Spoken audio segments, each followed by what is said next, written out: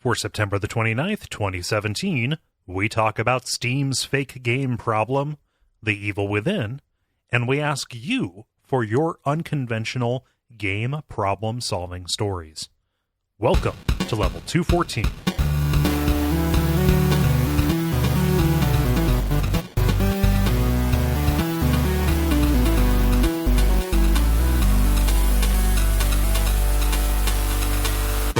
My name is Cole Ross. I'm Dennis Furia. I'm David Maysmith. I'm Ben Merkel. And you are listening to The Level. It's a podcast for people who love video games. Welcome back, David. Good to have you back after you're away for a week. Yo. Yeah.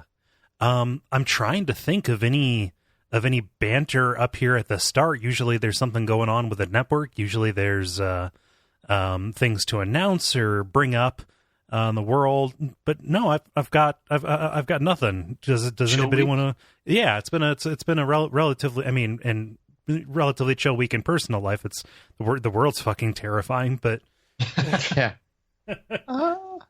Did the healthcare bill fail at least? I mean, there's a little bit of happiness, maybe. Yeah. Show me the body.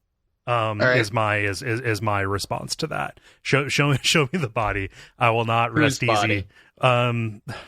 That's what habeas corpus means. Okay. Exactly. Yeah. No, but you know, like I will not believe it's dead until I run out and grab the dog tag, I suppose. Yeah. So I'll breathe a little bit easier on October 1st, and then a lot easier when we have when circumstances are less prone to this just popping up all over again every few weeks. Yeah. I feel like it's a bad sign when I realized earlier today, like, saw some articles on, BoJack Horseman and then Rick and Morty. It's like, wait, are all of like the cartoons targeted towards my age group featuring characters with crippling depression? Oh, for sure. Yeah. Yep. That might be a bad sign. little bit of a warning sign. Yeah, I thought I would have more to add, but no, I don't. Should we start being really depressing on this show then? I guess. I mean, no more so than usual. Okay. I don't like going with the trends. I will buck them if it suits us. And I record the show. I do all of our shows because they're fun. Mm-hmm. Yeah, I like to think that we're a bright spot. It's certainly a bright spot in my week. I like to think it's the same way for others as well. So yeah, let's keep it that way. Yeah. So, I didn't mean to like take us down that bummer road, but I mean, I don't know. I've got a lot of stuff to talk about. Like I've been playing a lot of games. I've been doing a lot of streaming. You have. I see your notification pop up all the time. Yeah, no, it's been good. I know I've alluded to this several times, but not having to do double duty on WAF has made it a lot easier for me. Yeah. So Bonfire Side Chat ending has yielded at least that one positive thing for me. Yeah. So history will remember double duty WAF as like this crazy bender time period. Yep. Where did Cole go? Yeah. Bender Rodriguez Gaming Bot. Oh, anything big happen with you guys this week? I'm going on vacation this weekend to meet up with some college roommates for like a small reunion, so that'll be exciting. That's fun. That's about it. Yeah. David, how about you? Nah, not too much. I'm just kind of recovering from the craziness that's been the last couple weeks. So yeah. Well, I don't see any sense in trying to get blood from this banter stone. Why don't we go for it? Let's get on with the usual show, the brief, the multiplayer, and the grind, starting with the brief, where we talk about things that are happening in the world of video games around us. Let's take a look here. Ben, you've got what appears to be a short one, which is going to be fun to lead off with. Yeah, so The Witness got an iPhone and iPad release, I believe, today, or at least recently. It's only $10 too, which is a fourth of the price that it is on PC. So it is a steal, which I don't know, maybe it's like a terrible port and they just discounted it heavily. Who knows? Probably not, though. I don't know. It is literally impossible to make this awkward to play on an iPhone or iPad.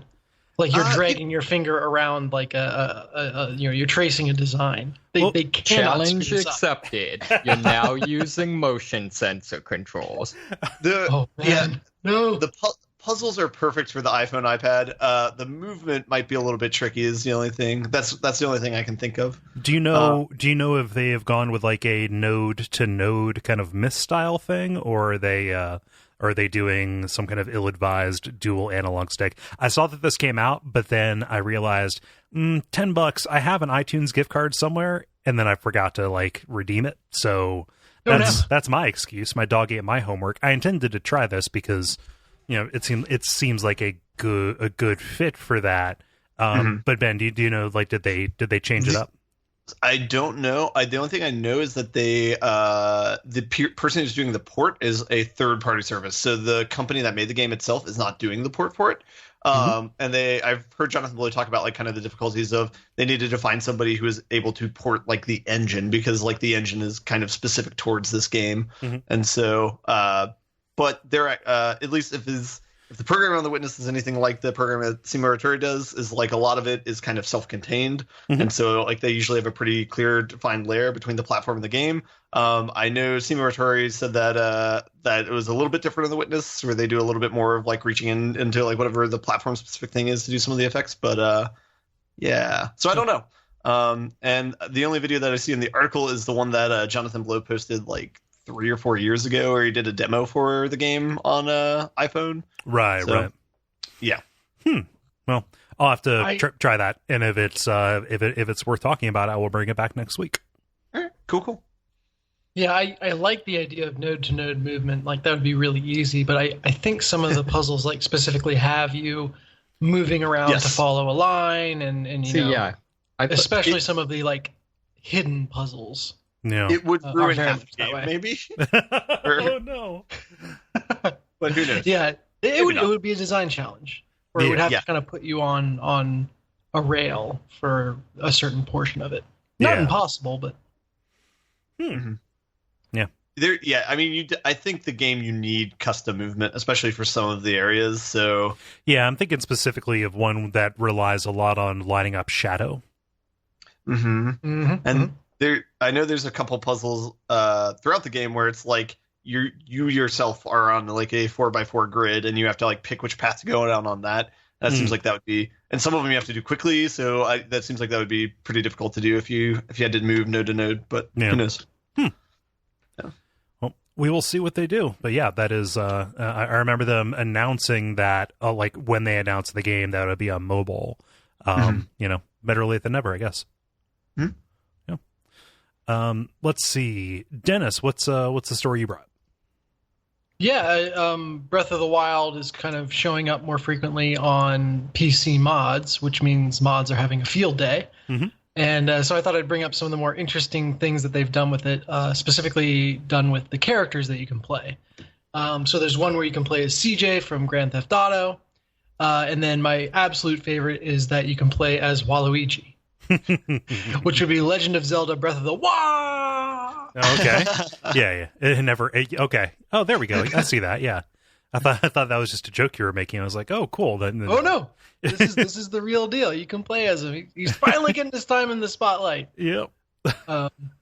Yeah, which is fun. But they've got other stuff. There's Woody from Toy Story. I think there's a Metroid style one. Oh, Geralt is in there. Yeah. Yeah, from The Witcher, Mario Obs, and some Minecraft stuff. So it's typical stuff that you would expect to see open up. But of note, like it says you can play as Waluigi, but I don't see anything about any of the other Mario characters. Like they skipped Wario and went straight to Waluigi. They went straight to the top, is what they did. Yeah. Y'all forgot about Wario. I think that Waluigi has been so in vogue in kind of like Twitter shitposting kind of stuff that I think I think that Wario himself is unjustly ignored in a lot of cases. You know what? It's body type prejudice. That's what it is. This is reinforcing stereotypes that are very damaging to our society, and I want to see this stop for one. Yeah, it's got. I mean, just come on, just cut an ectomorphic or into I don't know. Bring back fat Waluigi, damn it. I never knew Waluigi's letter on his hat was just an upside down L. That's pretty It funny. looks like an R. Yeah. But Waluigi's got like a little pop pouch, doesn't he? He's got a little paunch. Yeah, he's like your creepy uncle. He's a kangaroo now? Yeah, it's where he keeps the smaller Waluigis that he throws at his enemies. Pay attention, man. Super Marsupial Brothers? Yep. I missed this game. Do you know, Dennis, how people are accomplishing this? Because I know that Wii U emulation is roughly to a point where this might be possible. But I have no idea how this is implemented. It seems like that. It doesn't seem like this should be possible. I do not associate Nintendo with any kind of mod flexibility or inroad for this kind of stuff. Yeah, I mean, I am 100% certain this is not approved or condoned in any way. Oh, absolutely. But beyond that, just in terms of my understanding, you might as well tell me it's magic. And same thing as any explanation you could give. Yeah, well, they shrunk down Waluigi really small. Then they put him, it has to be really small because those chips are very tiny. Yes. They had to make him taste bad, and then they just crammed him into it. Yeah. Yeah. I think I'm fairly confident Waluigi already tasted bad. Yeah, I think I look at Waluigi and I think that's a guy who probably tastes like cigarette water. I think picking CJ is a bold choice because like he has a lot of different forms in San Andreas. So yeah, he is the most customizable of the characters. Huh? Mm-hmm. Yeah, I feel like he would be more at home in Breath of the Wild though. CJ? Yeah. Why is that? Just keep it open world. Okay, but I wonder if are there any bikes in Breath of the Wild? I don't know. I think that there might be some canals that you just have to follow. All right. Yeah, or the train. So I forget that joke. I actually saw a dude somehow managed to like bunny hop a bike high enough to probably clear a car. Huh? Yeah. Like really? in person, Real like life or like on the Grand Theft wild, Auto? or Yeah, like in real life. okay. I don't know. When I was in San Francisco, like I heard some commotion in the alley next door and looked out the window, and there's a kid just like bunny hopping his bike all over the freaking place. He was just testing out his flubberized shocks. Mm-hmm. Yeah, Seems plausible. He was also riding along the wall and glowing pink. I had tripped a lot of acid the previous day. at that point, yeah. To be fair, it is San Francisco. Yeah. It's San Francisco. Your statement is invalid. You reached into a payphone that was into a payphone's change compartment, and it was coated with acid. Then you went on a bad trip, and you woke up. Yeah, That seems plausible. I had a nickel for every time I heard that. yeah. If I wouldn't have to reach into payphones. Oh, David, what's this Destiny nonsense? This is basically me being lazy and just like kind of starting my the grind early. So Destiny has its first I guess event / patch, I guess. And they're reintroducing the factions from the previous game, and having a competition where whichever players can join up with one of the factions and then run various in-game missions to gain points, and whichever faction ends up with the most points will unlock a exclusive weapon. For members of that faction? Apparently it's going to be like cheap for members of the faction, and then for other people you can buy it for like 50,000 space bucks. Yeah. Which is kind of the equivalent of like one night of playing, so actually not that. Basically it's free for everyone. Okay. Well, 50,000 is literally half of the amount that the game will actually count. Like the counter tops out at 90 or 99,999. So it is. I mean, in a relative term, yeah, you'll earn it back quickly, but it is probably one of the most expensive things you can buy with Glimmer in the game. Oh yeah, it's definitely by far the most expensive. I think the next comparable thing I think of is like treasure maps and stuff like that. I think 2,500. Yeah. Hey, It's expensive. Can I ask for a quick rewind on this? The currency in Destiny is called Glimmer? Yes. Okay. It is technically, in the in-game lore, it is programmable matter. Okay.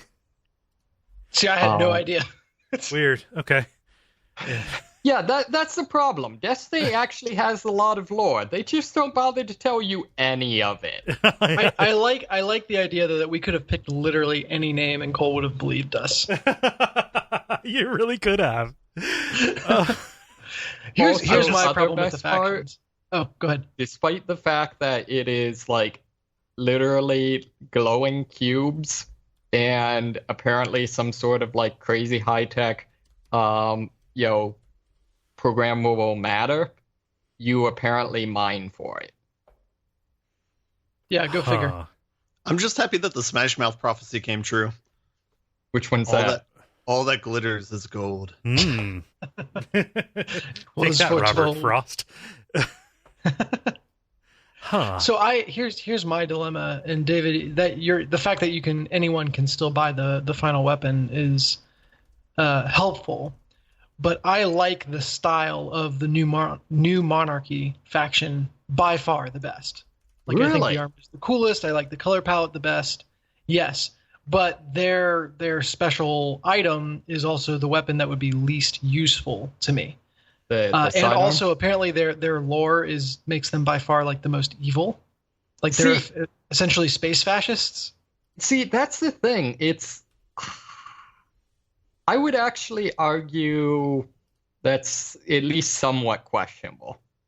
Like, this is something like one of the interesting things. Like all of the factions are basically horrible people. Okay. But yeah, New Monarchy's thing is basically they're pro-city, and they basically support democratically instituting a monarchy.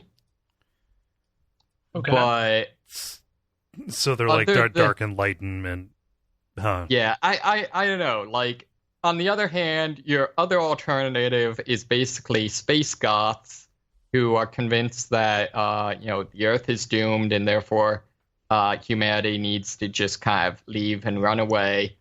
Or the faction I went with is actually Future War Cult, which basically was able to tap into. Strangely enough, Destiny includes like time travels and alternate dimensions. Okay. And because of course. Yeah. Try to look up sometime the what was actually going on in the base game. I really. There's literally a single character that, like, almost all of the game revolves around a single character time traveling back and forth through the timeline and meeting and influencing most of the other characters in the game. So an intergalactic Gump. Yeah. Except much more confusing. Okay. But no, Future War Cult's thing is basically they've seen all these alternate dimensions, and all of them, humanity's at war with something. And so they basically conclude that, the natural state of the world is, war, and have formed this like crazy, like pseudo, Oracle of Delhi style cult around it. Okay. So we have now extended into the portion of the show where Destiny lore becomes physical violence against Kole. That's basically you still have a story to tell, right? I do, and this is going to sound like a leading question, but like, do these factions, do they have any appreciable gameplay difference between them? Is there a different reward structure? Are there special missions that are only available to people who pledge themselves to them? Do they have domain over certain parts? Or is this all just literally like, we put this in the in-game Bible and expect people to find it cool kind of stuff? So, some yes, some no. Like, a lot of it's lore. Okay. Just tell me how the play differs. Okay, they pretty significant aesthetic differences, and then some differences. They each have their unique gear set, and it's most relevant in the weapons that you get access to. Okay. Do the weapons work differently than other factions' weapons? It's more which weapon class you want to specialize in. Okay. But honestly, like, the biggest difference is like aesthetics. So basically, if you like black and or hoodies, okay, you go with Dead Orbit. I get the picture. Like, I can probably, based on the summaries you gave before, make a guess. Are you literally just picking a team for the Crucible? Yeah, more or less. Okay, all right. That's kind of what it boils down to, I guess. Is what I would have answered with, it's about as different as anything else in the game is. Let you interpret that how you will. Okay, yeah, no, I just I don't want to actually extend my shittiness about that. Like, it's a fun joke for like a little bit, but I don't want to actually be dismissive about the parts that like play into how this works as a multiplayer experience. You know, I guess is my. Yeah, it's more or less 3 different factions you can build rep with for end game gear. Okay, and that endgame gear is predominantly, although not exclusively, separated by aesthetics. Okay. Yeah, I mean, it's the Destiny equivalent of Fashion Souls, at least for practical purposes for me. Yeah. So it's Fashion Souls as opposed to the Covenants in Souls games, which end up being either PvP or mechanical based. Right. Yep. Okay. Cool. I am a little bit surprised. Your favorite thing though is the New Monarchy, just because I know how much you like the Wipeout aesthetic. Yeah, that's Future World Cult you'd be referring to. I just like the crimson and gold and kind of old timiness to it. Yeah. It's got. You realize you can literally change anything's color. Oh, but like the regalia, like the actual model of it looks. True. Yeah, that's true. I just can't get over the like stupid little Roman like, let's put a broom on our heads. Don't you dare talk bad about that. The Centurion caps. Yeah. I've got my story here, and this is something that I had no idea was going on, but I went down a little bit of a hole looking into it. Coal hole? Yeah, no, it's knowledge hole. A little bit. Looking into Steam, and the way Valve has kind of been trying to handle making it an entirely algorithmic, self-service hellscape that uses tags and stuff and creates these weird little perverse economies that set up thousands of kind of shadow microcurrencies that are exploited by some people whose values I cannot begin to understand or decipher. So there's a phenomenon. So America? Okay. There's a phenomenon on Steam which I wasn't aware of because none of these bubble up for me.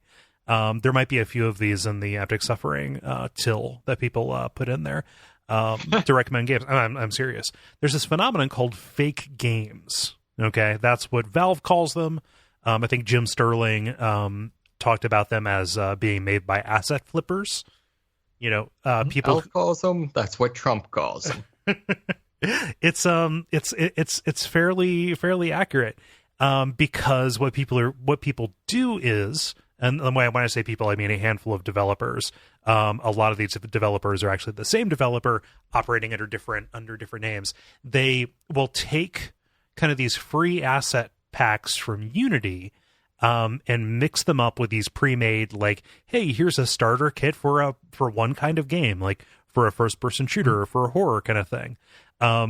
Put literally no effort into it, and then put it onto the store through the successor to Greenlight, called Steam Direct. Put, several of them on at a time.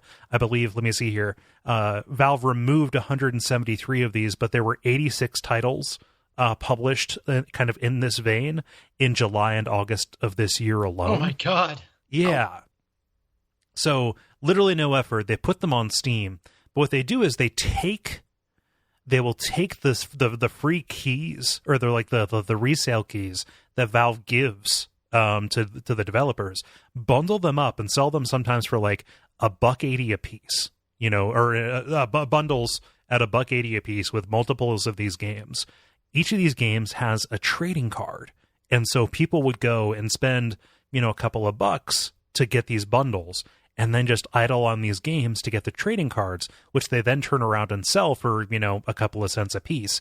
Some of that money goes back to the developers who make these fake games. The rest of it goes to the actual people who bought this to make, just like a slight profit on the return. So the people who are getting the richest off of this, well, aside from Valve, who ends up getting a cut themselves, are the actual developers who put this stuff out there. But like, this has actually formed its own like weird gray market cryptocurrency, and they have put all of these. Like they've been flooding the stores with games like Clicky or Grim Banana or Shapes, these studios, and just kind of reaping a couple of like little Office Space fractions of pennies on every single one of these that comes back. Basically, having people convert the money that they spend on electricity into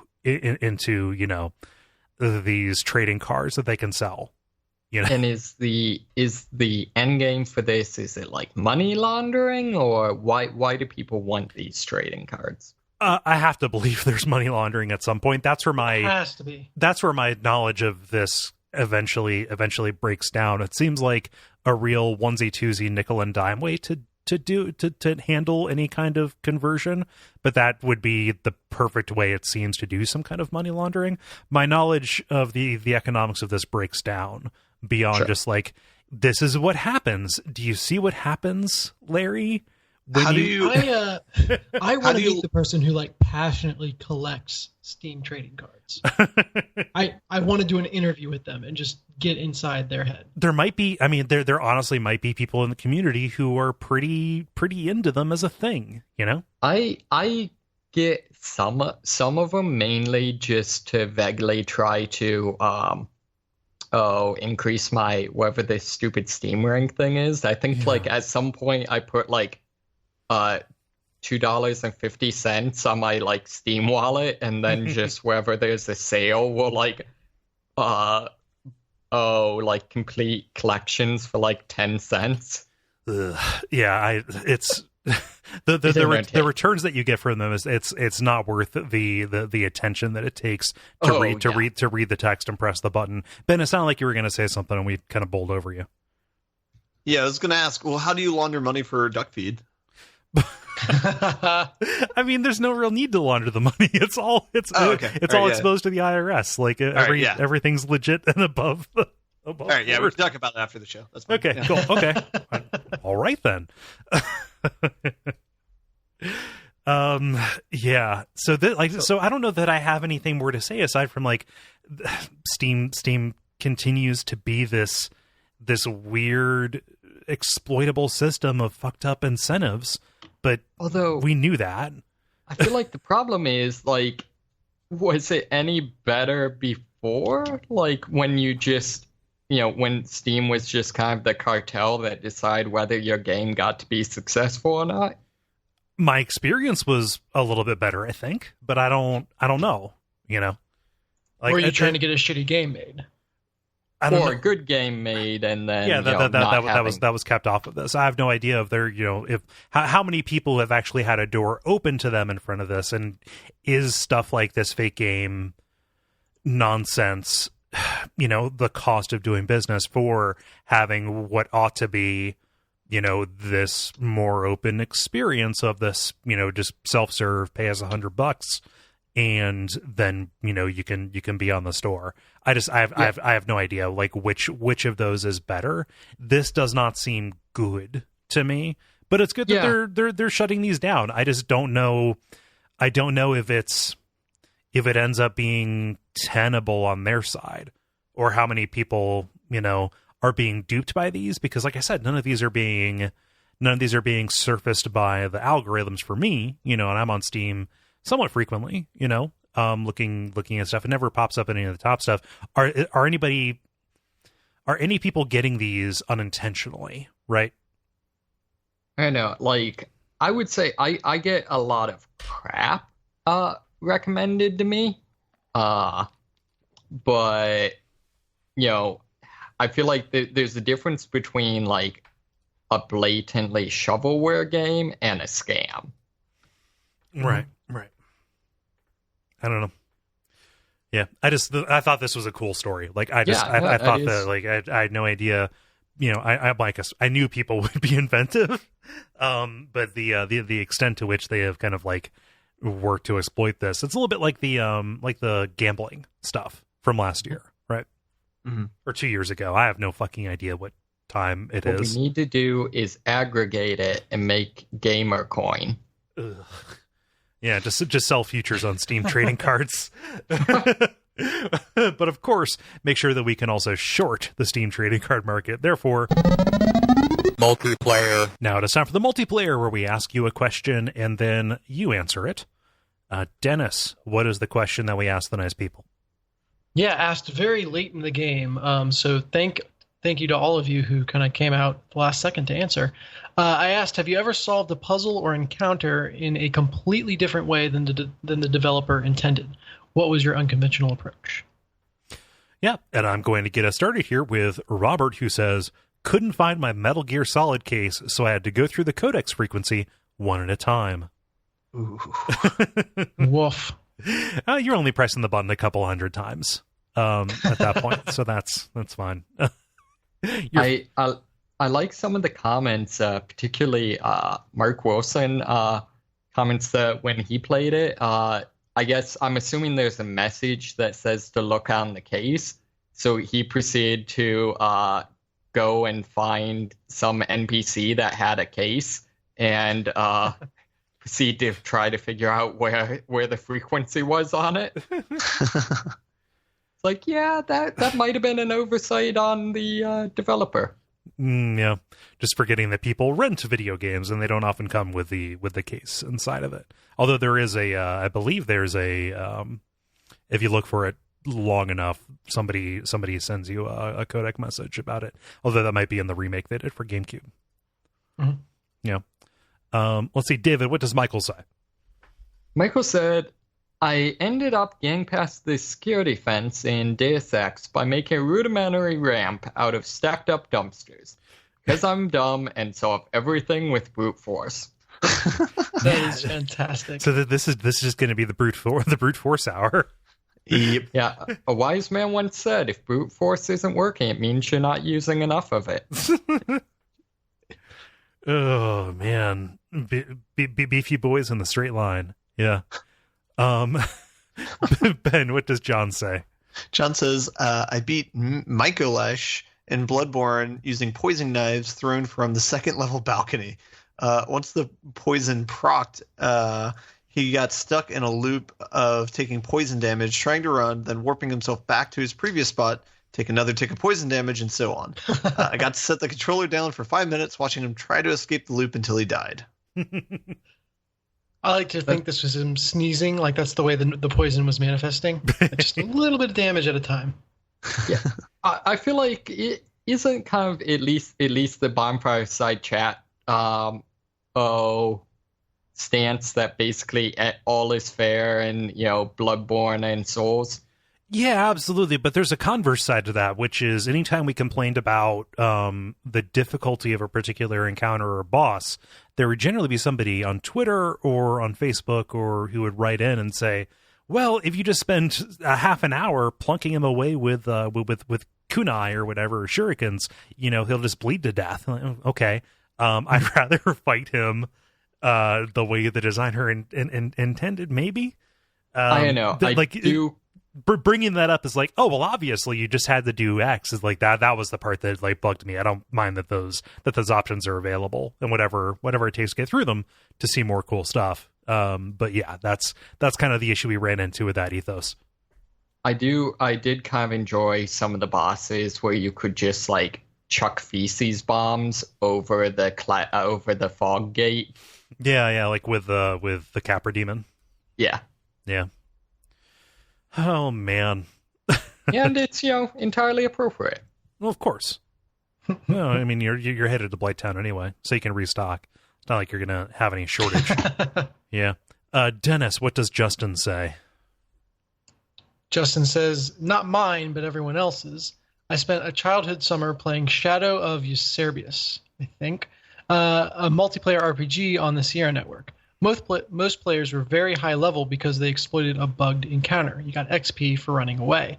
I, however, had the fixed version and was one of the few players who reached a high level by actually playing the game. Little inversion there for you. I like it. Yeah. I have no idea what this is, and also I never use the Sierra Network, so Justin I've never even heard of that. May actually be playing a joke on us. He may be pulling a Destiny currency on us.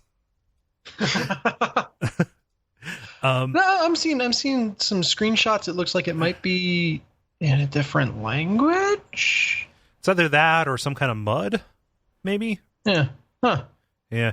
Oh, it looks like a Might and Magic kind of thing. Mm-hmm. Yeah. This seems to be. Yeah. Okay. So it's like a first person wizardry kind of thing. Oh, I was not aware of that game. Huh. Yeah. Very cool. Let me pull this back up here. Jonathan writes, most of the puzzles in Breath of the Wild. I think outside the box a lot.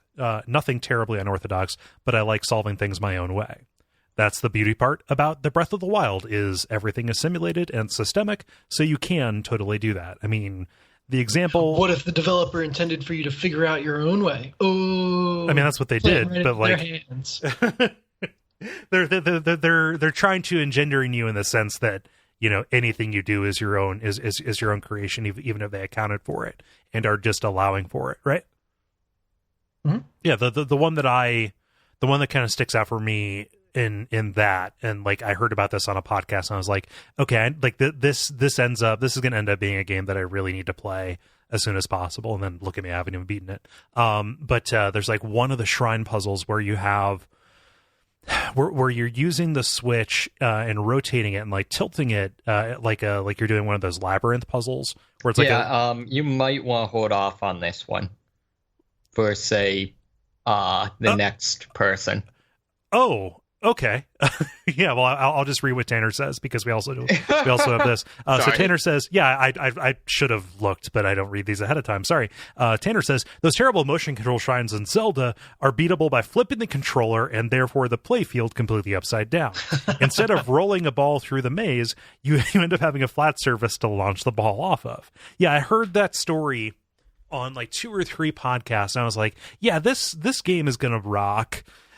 Like if there, because all that they would have to do to make that not happen is just put a lid, like a glass lid on the maze side of it, so you like, okay, you have to engage with this the way they're like, no, let's just leave it open and then like reward people who find this out for themselves. Yeah, I like that a lot. Yeah, way into it. David, what does Nathan say?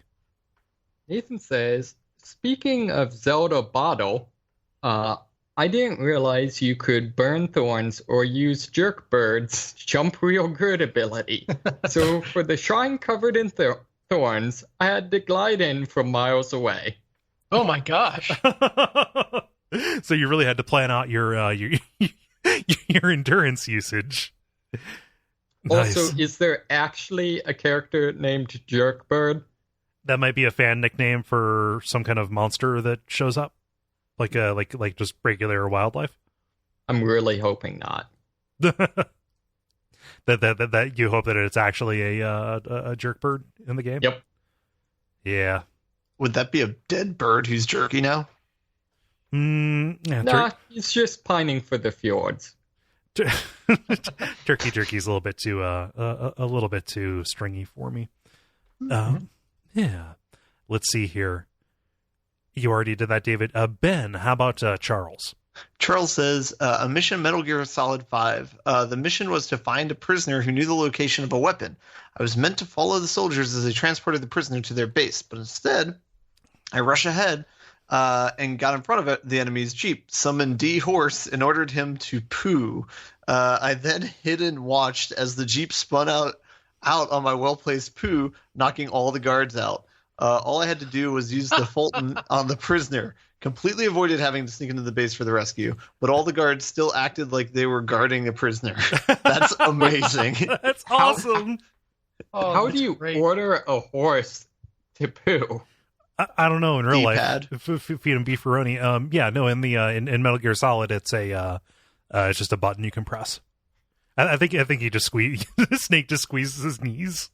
I don't think that's actually that's really gross. Has a horrible condition, and he's just using it. Yeah, Kojima apparently has no idea how horses work. He has BS. Yeah, as opposed to IBS. It was almost there. I almost had it. That's good enough for this show. To be fair, I feel like kind of like Justin's. I feel like Metal Gear Solid 5, if you do anything the right way, you're probably in the minority. Yeah, that's another wonderful thing. Like, it's kind of bizarre, that it didn't happen in the same year, but like within the same roughly 18-month span, we had two incredibly old series that had kind of fallen into a little bit of a rut. Completely reinvent themselves as these like open, do anything any way you want kind of sim things. Way into it. Gotta love Metal Gear Solid 5. Charles also says that he just remembered he had a counter where he beat Yorm, the giant, the hard way the first time through Dark Souls 3, and he posted a video as a reference. Yeah, you can do it. It's just incredibly hard. This is a fight in Dark Souls 3. It's one of the like Lords of Cinder or whatever. So it's supposed to be this big climactic fight that you pick up a special sword that does a huge like wind attack on it, and you can fight it from a distance. Actually fighting him, like getting up by his ankles and responding to that, like he just has so much HP that like you need to find a better way to do it. Wait, you weren't supposed to do that? No. Oh, so you did it too? Yeah, you're supposed to use the Storm Ruler.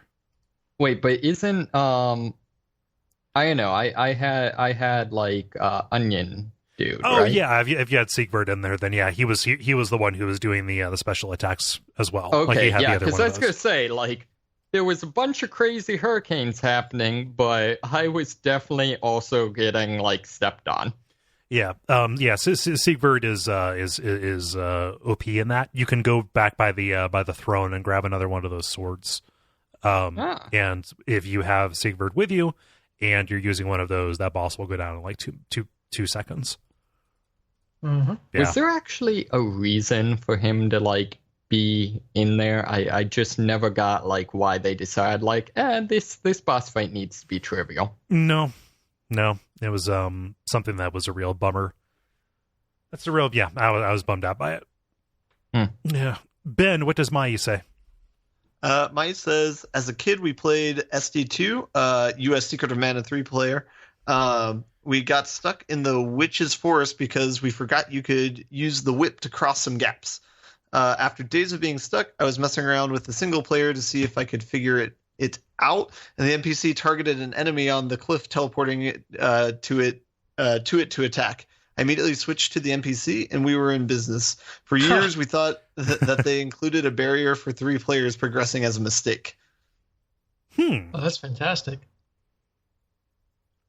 Yeah. Oh, yeah. So Secret of Mana 3. I've never played that one. It was a bummer. Oh, wait. No. They were referring to... Yeah, nope. I lost it again. Oh, well. 3 player. versus 3. Yeah. I forget which Seiken Densetsu was Our Secret of Mana and which one was the sequel. Yeah, naming stuff is tough. It is, especially when it's different between territories. Oh well. Yeah, especially when you purposely make it hard for yourself by just, anyways. Dennis, what does Sid say? Yes, it says in the game Eternal Daughter, what Derek you did before Aquaria and Spelunky, there's a power-up that requires you to use a spear weapon to make platforms and climb a wall. However, I found that if you did a double jump and then a wall jump and had one of the enemies that falls from the top of the screen happens to spawn above you, the damage knockback will push you into the power-up. Nice. I feel like that's a pretty common speedrunner trick, is using the like damage jump backs and stuff like that to get into places you're not supposed to. Mm-hmm. Yeah, that'll usually help you get through a seam or something like that. Mm-hmm. Yeah. And I'll finish this out here with Kyle, who says, I can't say it's really a puzzle, but I bypassed the god-awful roguelike mode in Front Mission 5 by using some extremely elaborate hex editing. I tried using Cheat Engine, but that wouldn't work because of the way the memory in the game works. So I downloaded a modified ISO of the game, loaded it up in PCSX2, which is Windows, might be some other systems as well. It's a PlayStation 2 emulator. Loaded up PCSX2 using a codebreaker ISO and found an infinite RP code in a foreign language website online, and used that to hack a save file to let me get the custom parts in the game. Take that, survival mode. I should mention that once I had the RP that I needed, I had to unload Codebreaker and load the ISO normally because Codebreaker produced weird graphics glitches. Yeah, I don't know what the RP they're referring to is there, but I assume it is something that you needed off the back of that section. Yeah. Huh. so a pretty wide array here, from just brute forcing when you have incomplete information all the way up to, yeah, I just fucked around with the code of the game. Yeah. Oh man. I wish I had like a story that stuck out for this, but I'm gonna have to take a little bit of a knee. I was gonna do the Breath of the Wild thing just as like a hey guys, look. But I'm sure I've done this and not realized it and just thought, man, that mission was kind of bullshit. And oftentimes that probably involved like, well, I don't know how to get there from here. I'm just gonna run. I'm gonna run against this hill until the game decides that I found the right angle to get me up and over it. Yep. Done that. David, how about you? I know. I guess I'm not all that creative. I generally just kind of shoot my way through all the things. Even in games that don't involve shooting. Yeah. You'd be surprised. You should play The Witness. I know. I guess like do that. I'm sure there were some of these like I did in like especially when I was into like Half-Life 2, but that's one of those games where you can never tell like how much they intended you to do and how much they didn't. So yeah, it's another one of those. Yeah. Ben, how about you? Yeah, I got a couple. So I got the Mystery Elevator puzzle for Myst. That was one that I brute forced when I was a kid because I didn't know how to puzzle solve at that point in time, probably. Oh, right. So you just you just messed around with the pressure until you got the timing right. Yeah, it was a Friday night. I had Coca-Cola, and I had plenty of time, and there were only 1,000 combinations. But one of the other ones from watching somebody play the game like on a speed run, I thought the way that you solved this one portal puzzle was to get a chair, stack it, and jump through a vent. And it wasn't until later that I found out you're supposed to make a portal and have someone, a robot, shoot a rocket through the portal to like break something for you, so that you can like grab a cube and bring it through. Yeah. And then the other one I got is it's one from Mario 64 and the Shifting Sands level, the one that has like a pyramid in it that you can go inside. Mm-hmm. So one of the last, or it's like one of the mid stars, you're supposed to jump on the 4 different pillars around it, and the top of the pyramid like blows apart, and you can jump in there, and then an elevator goes down, and you can hop in a hole, and you get a star. I always like I found a way where you can, like, if you stand above where the hole in the wall is, there's a way that you could, like, drop down and somehow get, like, hang on to the wall and then climb in that way. And for some reason I thought that was just how you did it. So I don't know. No, it just turns out that Super Mario 64 is a completely broken and ramshackle game. Yeah. There's probably a hint for standing on pillars that I just did not see. Yeah. But, yeah. Yeah, all those are good. Dennis. Yeah, so mine was that I discovered the Flame Lurker exploit from Demon Souls completely on accident without reading it up or reading about it anywhere. So if you remember, that's the fight with this hyper aggressive boss, very difficult. But there's like a log in the boss arena that if you kind of have him, it's like moving in the right direction, it's like a rib cage or something like that. Yeah. Which is effectively a Dark Souls log. That would be an interesting what ratio. else are you going to put in your fire? The ratio of logs to rib cages in Dark Souls. An essay by Dennis Furia. But anyway, so you can kind of get him stuck, and he'll just kind of infinitely try to charge through the log, allowing you to kind of chip away at him from relative safety. Mm-hmm. And happened upon it completely by accident the first time I played the game, and then it was only when I went through it a second time and was having a ton of trouble that I was like, oh, I found out this is actually a thing that you can cause to happen on purpose. That actually, I had forgotten Dark Souls. To jump in one for me, I made fairly extensive use in Dark Souls 3 of the fact that the enemies are programmed to follow you down ladders, but not to climb down ladders. And so if you get on a ladder when something's chasing you, they will proceed to just like jump over the edge. It's pretty good. Yeah. Oh man, so the Flame Lurker exploit, at least as of the summer of 2017, has not been fixed. Like when we went back and did the kind of revisit to the series as a whole, I just try to remember any of those weird little boss oddities, and I was like, oh, let's see if they patch these out. The majority of them, no, they're still there. Mm-hmm. So who knows? Who knows if that is a situation of them deciding, oh, well, this is just part of the game now, or just like, oh, this isn't worth the resources to fix. They'll patch out poise, but they won't take care of the Flame Lurker. I was going to say, they'll fix it right after poise. Yeah, they designed out poise and then just communicated about their decision very, very poorly. Yeah. Mm-hmm. I came to 3 after that whole fiasco, so I have no reference point for it. Yeah. Don't worry, it's still just as broken. Yeah, it's still a pretty bogus system. Their fix was to improve hyper armor, but that's about it. Yeah, thank you everybody for writing in. If you want to participate in these in the future, go to facebook.com/thelevelpodcast. Those go up on Tuesday afternoons. Thanks to Dennis and Jala, who are the people who kind of spearhead most of the time thinking about these or gathering suggestions from the fans and making sure they go up. So yeah, please take away their spears. They're holding us hostage. The grind. Now it is time for the grind, where we talk about the games we have been playing over the past period of time or so. David, going to throw to you first because you were not here last week. What have you been playing? Sure. So it might make sense for me to at least somewhat tag team with Dennis, because I've basically just been playing Destiny. Okay.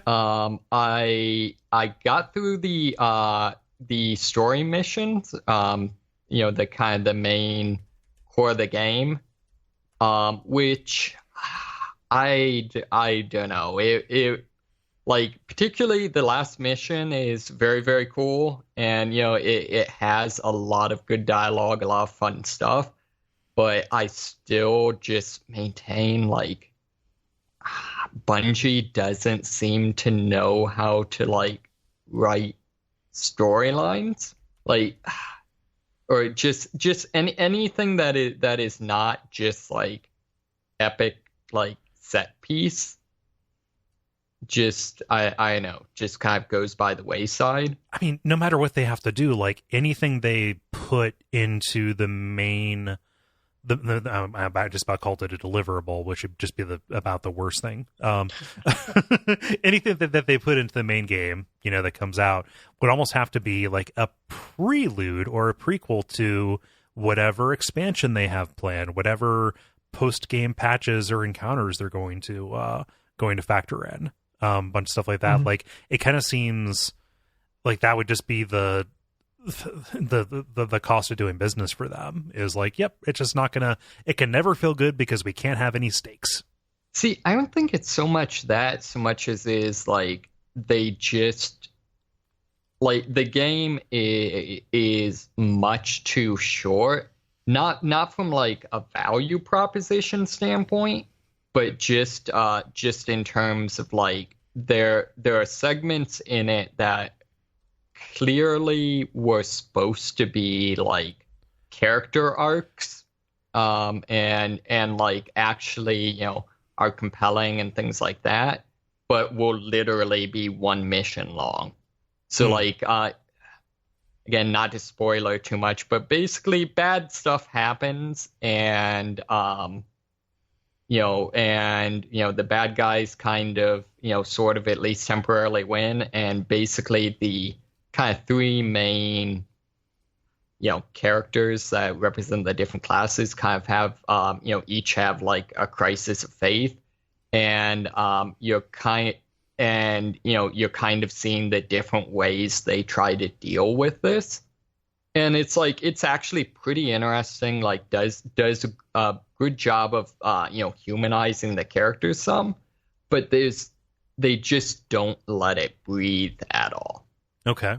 It's like you can't do, like I don't know, like someone, suddenly, realizing their mortality and realizing that they're afraid of dying isn't something you can resolve in like a 45-minute mission.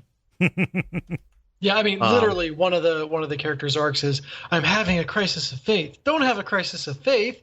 Okay, I guess I won't. Problem solved. Yeah. Walk it off.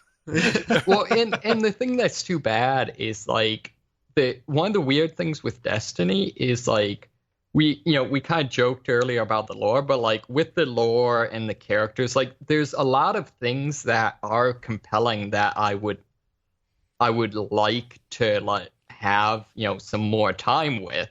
They just don't go with them. I mean, are they compelling, or are they like a couple of sentences that sound cool and are designed to kind of like stoke your imagination? I mean, I think that's all in the writing. I mean, I think by the fact that they chose not to do anything with them, they are a couple of sentences. Mm-hmm.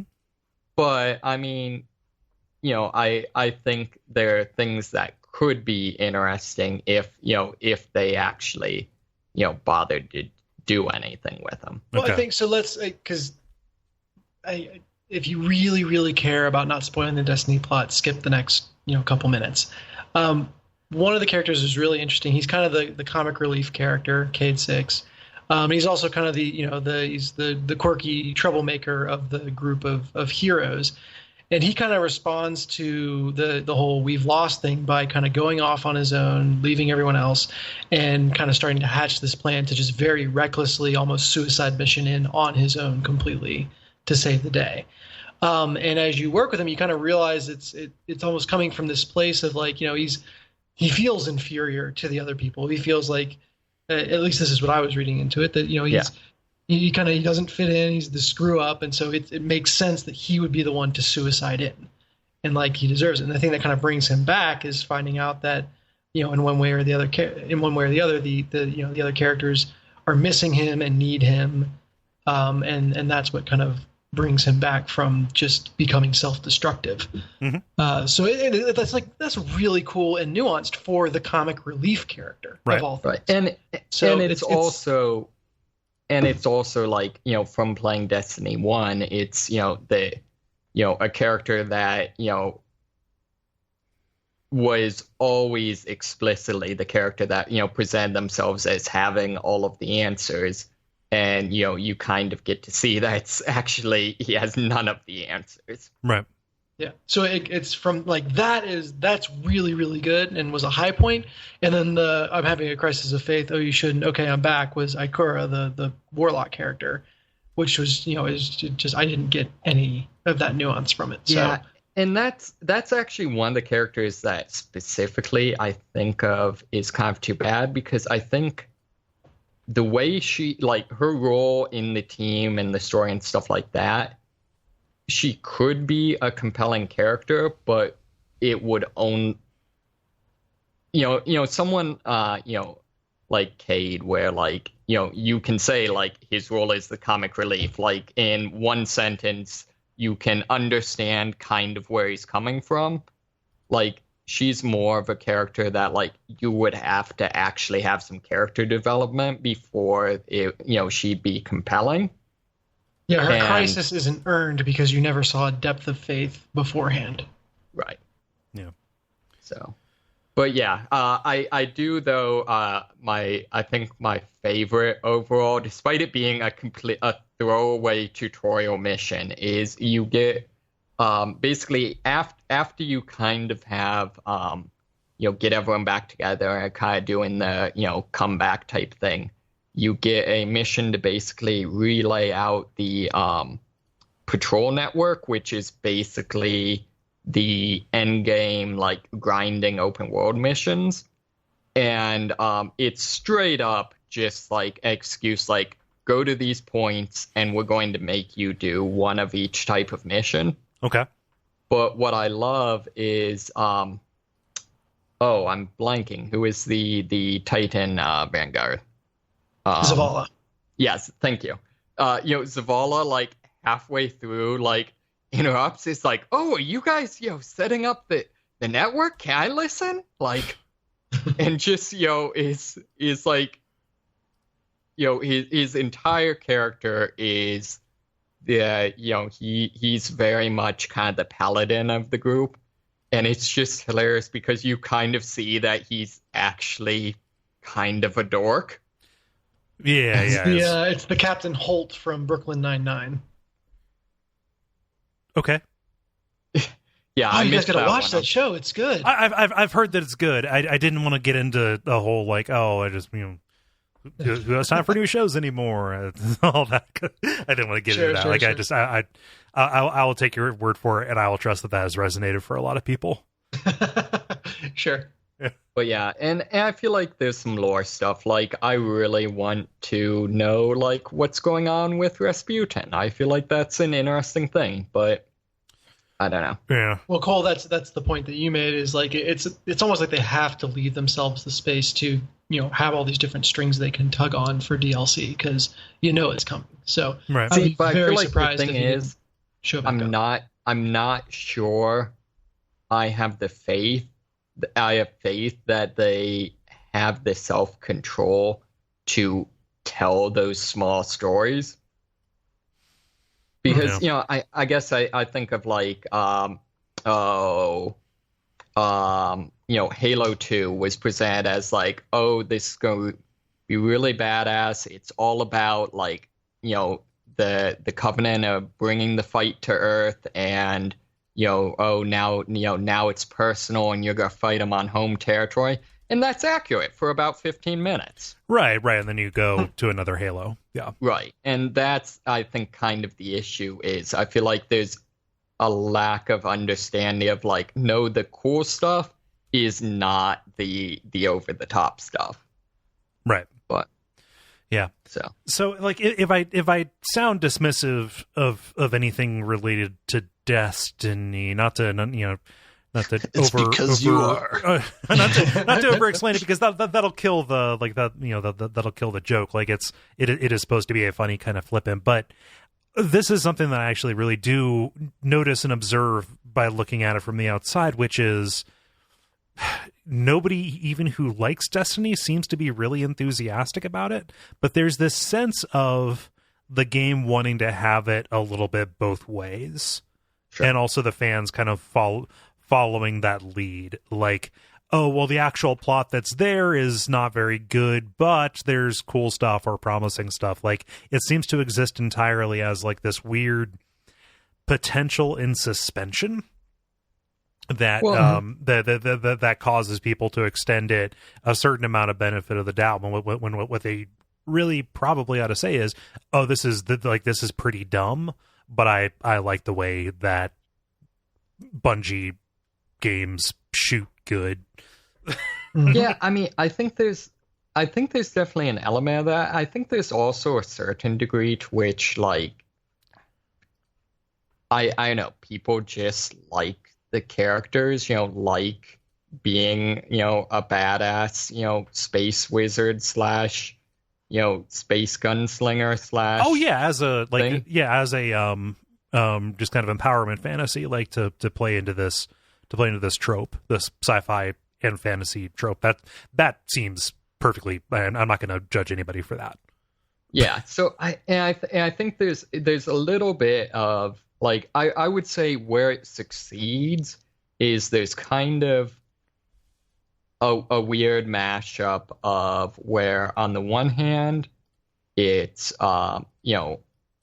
it's a power fantasy, stuff like that. On the other hand, Bungie does do a good job of creating a world and stuff like that you can care about, if that makes sense. Yeah. So yeah, I don't know.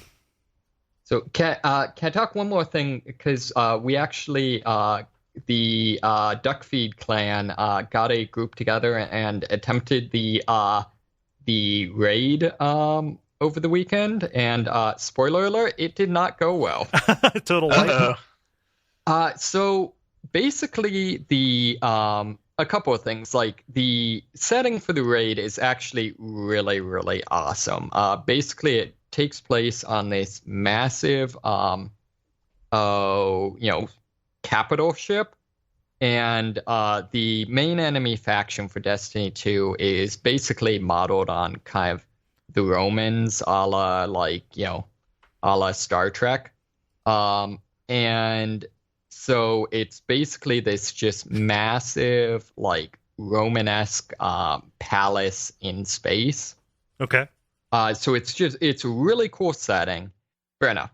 You're brought there to fight and defeat a series of challenges, because I guess we're just going to break the fourth wall completely. And so the first one's pretty cool. It's just a capture and hold type of thing with a bunch of really challenging enemies and some good trains, stuff like that.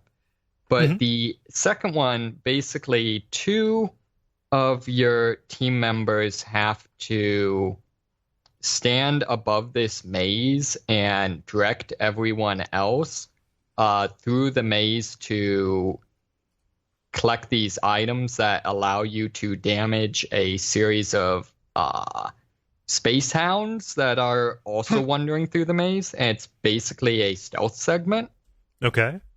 And if you get seen, the hounds all start howling, and you have, I don't know, something like 40 seconds to attempt to damage them, and then get back to the safe room before they somehow psychically kill everyone that's in the safe room.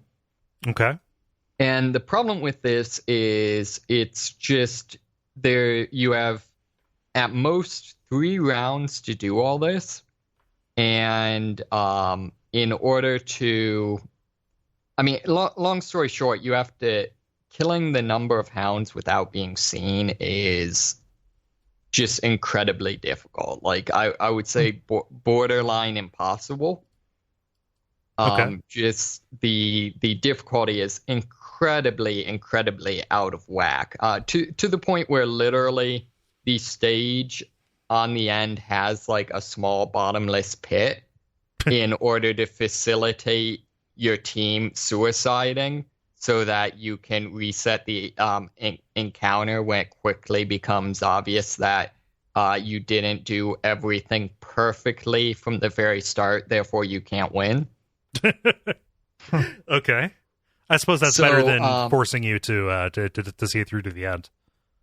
Yeah. So, and it's too bad, because it actually is a really neat a really neat experience because it is extremely team oriented in that, there's two people that are completely calling the shots, and the people playing, you can't see them at all, so they're we had to work out all right, when what does left and right mean,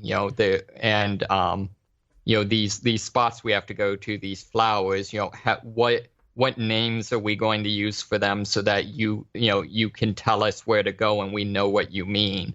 Like, it legitimately has some really cool teamwork dynamics. Mm-hmm. It's just the difficulty is just so incredibly out of balance. I think we played for like something like 2 hours on this stage and never killed more than like 3 of 6 hounds. So, okay.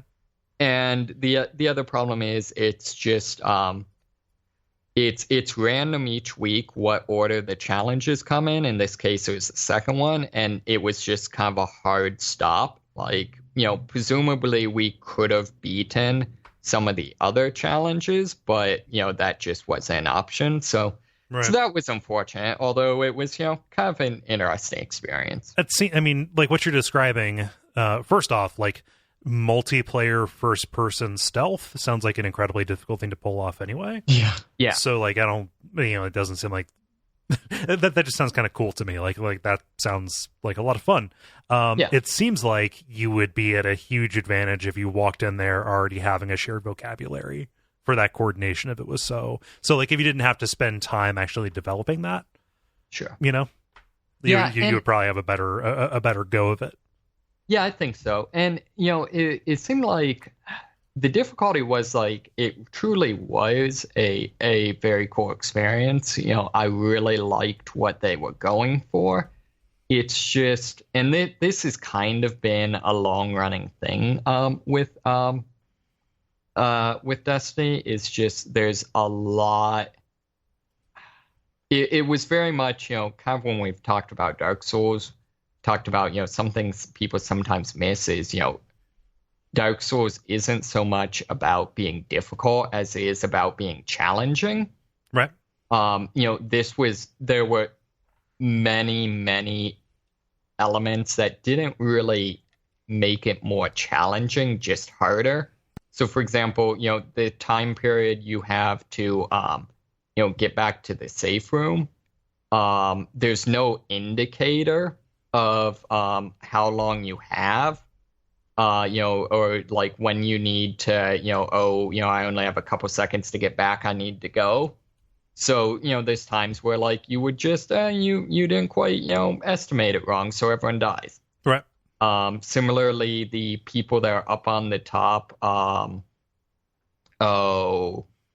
guiding everyone, like every so often, like enemies will come in with sniper rifles and start trying to shoot them. And it's like, that doesn't really add to anything. It just makes it a lot more annoying. Yeah. And there's just, just tons and tons of things like that.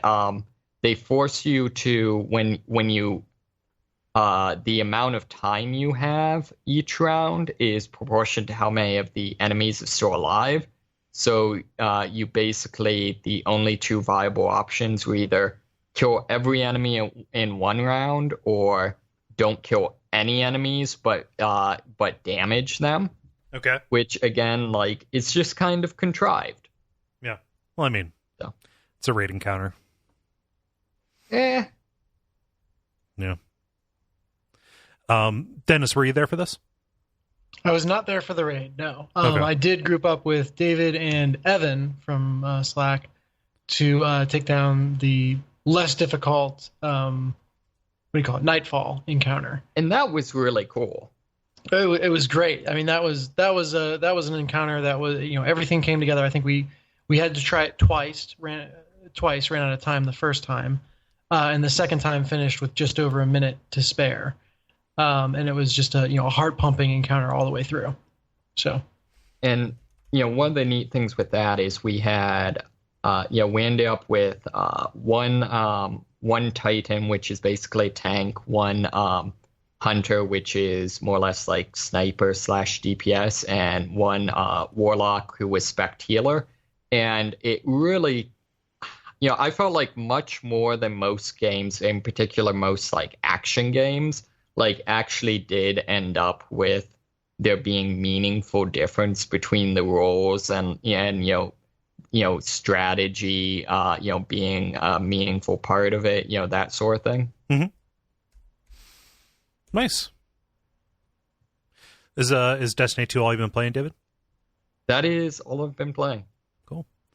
Dennis, you have any of your own Destiny 2 thoughts?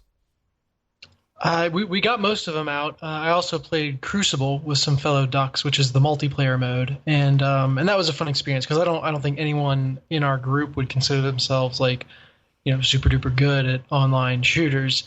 But we had a round where we just absolutely wrecked the other team, and everything was clicking. We were communicating well. I saved the video, and I have to go see if it captured the entire thing or just part of it or what. So I might upload that in a bit, but. That felt good to just be on a team that was actually working as a team, and feeling like we were kind of just in command of the situation.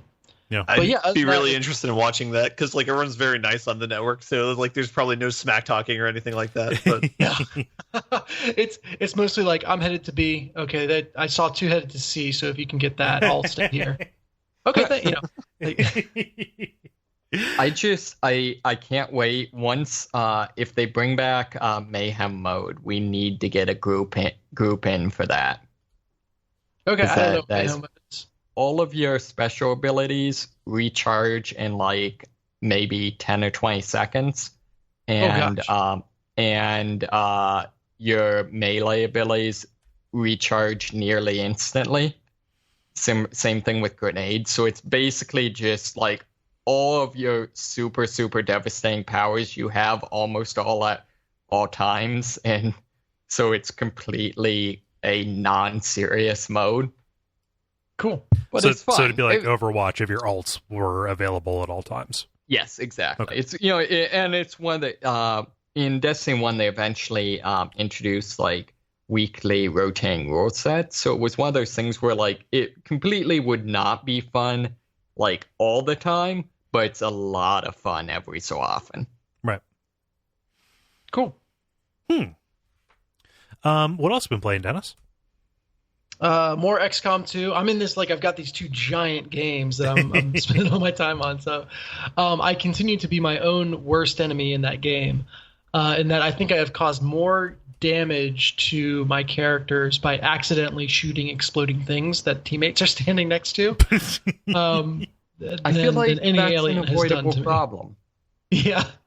Well, and it's crazy because what I continually forget, and it's happened so many times I should know, but certain melee attacks are, you're attacking the person standing right in front of you, yes, but the swing kind of affects the squares immediately around you. And so you can very easily get something to explode, a car, a barrel, whatever, by standing in the wrong spot. And there are times where I could have, either side of the opponent was perfectly fine for me to be on.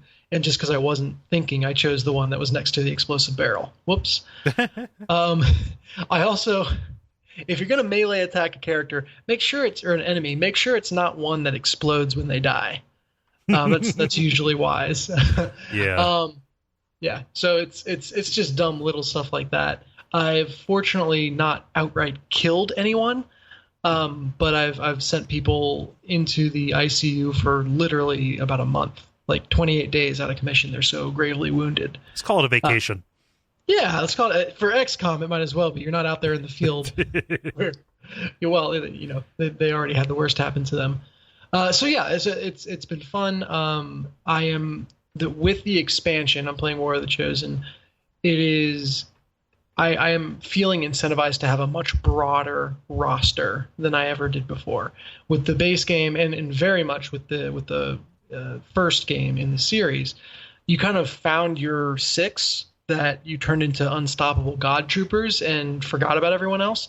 Whereas I think I have a roster of easily 20 characters, maybe closer to 15 that I can pull from at any time. I remember renting God Troopers VHS tapes from the church library. It was like that and McGee and Me. Oh yeah. Yeah. That's interesting. Right next to Captain Bible or whatever it was. Fun fact: I saw the live show of that come to our church when I was a kid. They had lightsaber fights. I'm sure that was fun to watch. Yeah, it was interesting. So someone posted recently. There's a website. It's actually really interesting. Documents like every major and sometimes not so major religion and like superheroes that are a member of that. And it's really interesting looking at some of the basically non-Christian ones, less common ones, and seeing that. But then you get to Christian, it's like Bible man. It's like, no, seriously. Oh, continue, Dennis. I'm sorry, I didn't mean to. That's about it. I am my own worst enemy.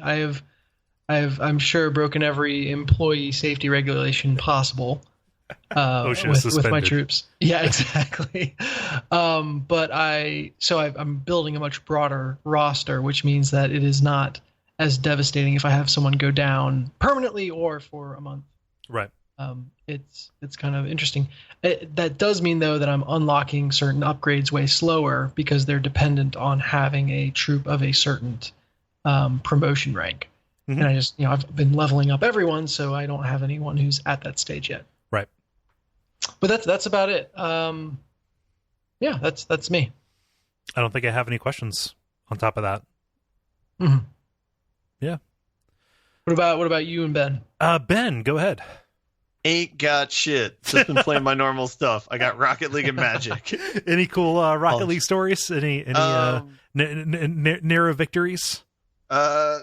Mostly defeats. We added one new person to our roster last night. There's nothing noteworthy, unfortunately. Yeah. I mean, it's Rocket League. It's still fun. I enjoy it. How organized are your Rocket League efforts? Like, is this just a group of friends that play at an appointed time, or do you guys, you're talking about a roster? Yeah. It's just you look like who's online, and it's like, hey, you want to play Rocket League? Let's do that. And then that's usually how it goes. Or vice versa. I'll be playing Magic, and someone will be like, hey, you want to play Rocket League? And it's like, all right, I'll switch over to that. And that's how it goes. Twist my arm, why don't you? Yeah, I know. And are you still doing like that weird mode where the floor drops away, or? No, we switched back to the vanilla version of the game, so we've stopped doing drop shot like everybody else on the planet apparently. Oh. But it's still a good game. But yeah, we just happened to switch back. I don't know. Yeah. Cool. So I'll do mine. It's just another smattering of a bunch of stuff. As I mentioned at the start, been doing more streaming recently. Finished up The Evil Within. That is not a very good video game. It looks good. Yeah, that is the thing that is to the game's credit. It looks good. There's some very inventive like visual ideas. There's one chapter later on where you're running around in a city that is literally falling apart. Mm-hmm. That is really cool. And by falling apart, I mean like you'll just be running and then your section of the street, like the entire block that you're on, will drop 50 feet, stuff like that. It'd be like if Inception causing all the stuff to bend around actually made everything break and turn to hell. Like that's what it'd be. It's a good idea, and that chapter is also a fun little breather away from the instant death, and like. Maybe somebody would really sign on for a game that is punishingly hard insofar as you will play it and have to restart a whole bunch. That isn't my definition of like valid difficulty.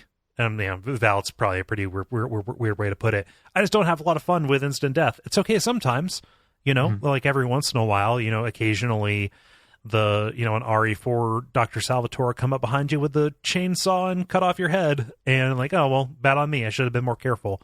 There we go. I can figure out how to get around it. No, pretty much everything has an instant death attack, and it's not that rewarding. So I would nudge people away from The Evil Within unless they already have it and they got it on sale and it's part of their backlog, at which point I would say play it on casual and stop when it turns into bullshit, because you will see some cool stuff on the way there.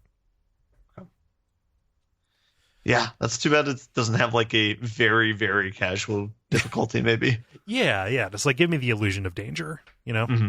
Yeah. I also finished up Dino Crisis. All right. Huh.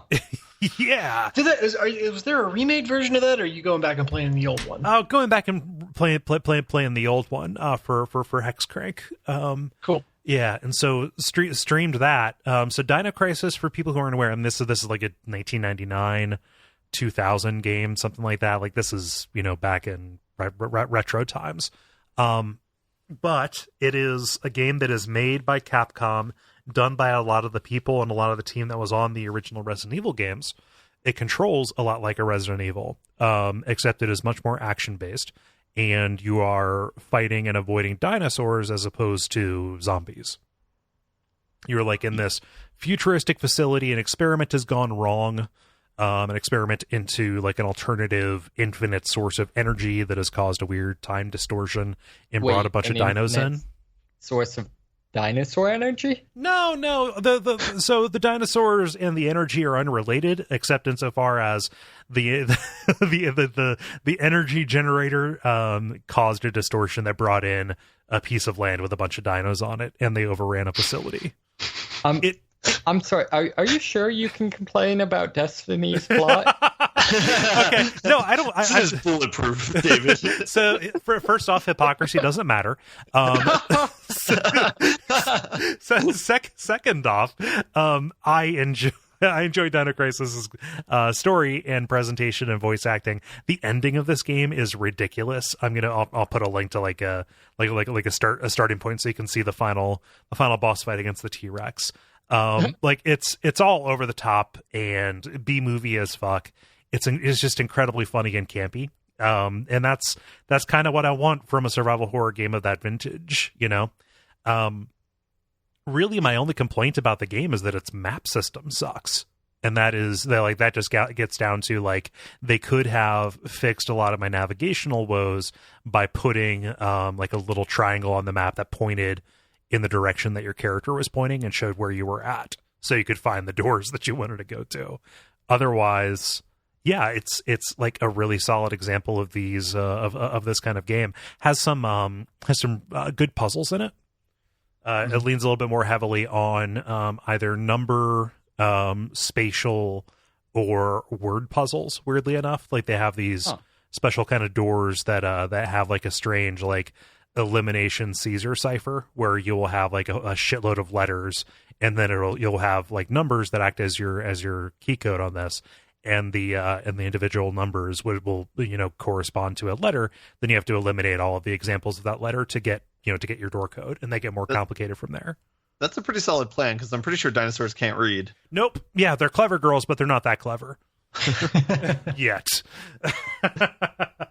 So no, it's a super fun, very slight game. It's difficult like you would want one of these to be, but not ridiculous like The Evil Within. So it was a nice little palate cleanser. Good. So those two, and then Slime Rancher, which I've talked enough about, all continue to be just really fun. Well, not Evil Within. Screw you. The games I've been playing on stream.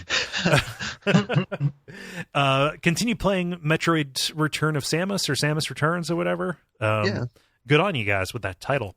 So the thing I was afraid that would happen happened. So last week I was talking sugar about the fact that this is a Metroid game that is built around boss encounters. I'm like, okay, cool.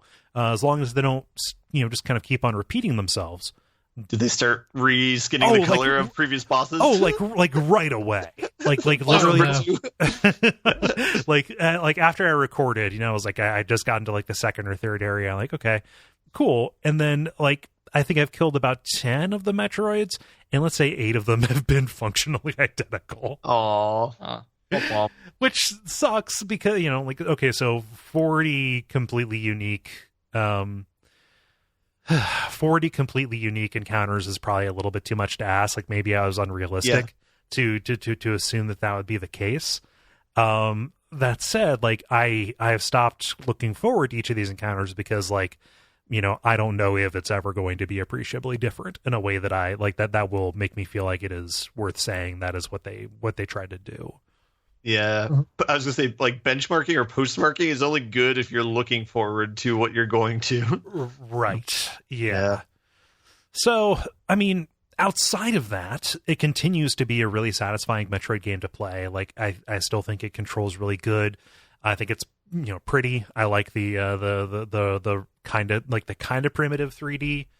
Continues to be atmospheric, which is real nice. Yeah, like everything except for this like boss fight structure is ends up being good and fun. Like, yeah, rolling around in the spider ball is cool. I just wish I was rolling to something a little bit more interesting, and maybe that'll be the case. But do they at least try and do a narrative thing where it's like, you killed my brother, now I'm going to fight you, and that's why they're the exact same narrative? Thankfully, nobody talks. All right, so that is a good thing. Yeah. I don't know. That may end up getting backburnered a little bit because I did get Danganronpa 3 today. Oh yeah. Yeah. Haven't played it. I feel like Jala should have been here to flip all the tables. Right. No, that's fine. I'm safe for now. So you say. Right. Yeah. That's my mistake. Is thinking that I'm safe. No, it's So I've only played the prologue.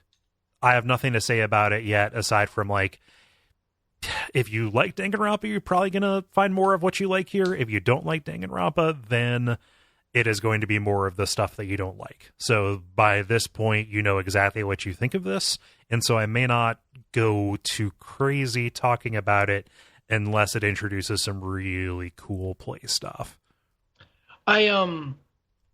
Correct me if I'm wrong, but I read it in a review, and I don't think it's too much of a spoiler, but the character that you play as, or the main character, has more of an overt talent than in the previous games.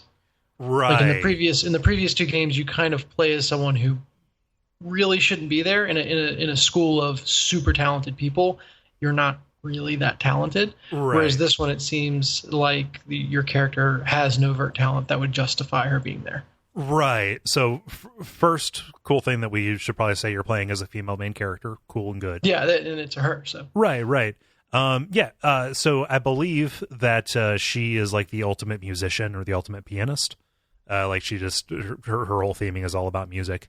And like that was literally just revealed to me, so I don't know the full depths of it. I'd be curious to see how that actually manifests in play, because you're right, in Danganronpa 1 and 2, like in 2 you don't know your guy's skill at all, really. In 1, you're playing as Makoto, and he is, before he becomes the ultimate hope, he's the ultimate lucky student, just because he got into the school by a lottery. Mm-hmm. Yeah. So hopefully that'll manifest in play. Otherwise, it's it'll just be a good character wrinkle for her.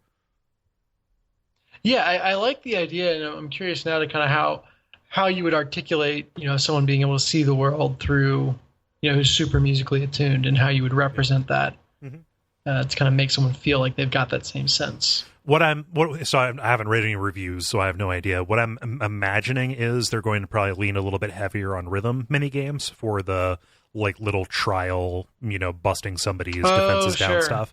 That to me seems like they had some really good ideas for that, or ideas they thought were really good for rhythm-based games, and decided, well, why don't we build this around that?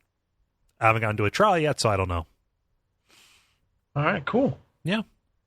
Looks good. Continues to be a very stylish game, at least so far. Yeah, and that's everything. Don't know when I'm going to be streaming next, but I've got a full plate. Mm-hmm. Awesome. Do you know when you're going to be streaming next? So what I've been doing is I've been looking at my weekends, seeing what stuff I have to do, and then just like putting stuff on the schedule. Like in the time since I stopped streaming and started, Twitch added this both an events feature, like a scheduling feature, and a like an extension manager that lets you put little dinguses all over your channel. One of which that I like, that isn't just a heinous distraction, is the schedule thing. So if you go to twitch.tv/Duckfeed.tv. Look below that. If you see events, just like you can follow them, you can be notified, all of that. I will try and declare which games I'm going to play as it goes. It will likely be, to answer your question more simply, Ben, Friday night and Saturday night, unless I end up doing something else, or unless I go earlier so I can make room to do something else. Word. Yeah. Cool. Well, it's been kind of a short episode, but do you want to button it up? Yeah, I'm okay with that. Thank you so much for listening to this episode of The Level. We're really grateful for that you made the time for us. This is going to be one of the last times we talk about this, but I'm going to be at the Portland Retro Gaming Expo on October. We're going to be on the floor on October 21st and 22nd. And we'll have we'll know when we're speaking here soon. We'll also know when our meetup is as well. So I guess watch social media for those details. I'm going to be there. Gary's going to be there. Nick and Brayton are going to be around. My brother Chris is going to be around. It should be a fun time. But other than that, the usual stuff. The Patreon is going great, and for that I'm very grateful. You can go to patreon.com/Duckfeed.tv and check that out. Otherwise, like this show on Facebook, facebook.com/The Level Podcast, and also tell your friends, either in person or on social media, about the show. I mean, you can tell them whatever you want, but if you can work us in, that'd be cool. You could tell your friends about social media. I think that'd be a great idea. Yeah. Warn your children about the dangers of social media. Is your child on social media? Am I forgetting anything? Don't think so. Okay. So I have been Kole Ross, at Kole Ross on Twitter. I've been Dennis Furia at DFuria on Twitter. I've been David Mysmith at Mysmith777 on the internet. I've been Ben Merkel at Merkelizer on Twitter. And stick around for some titles.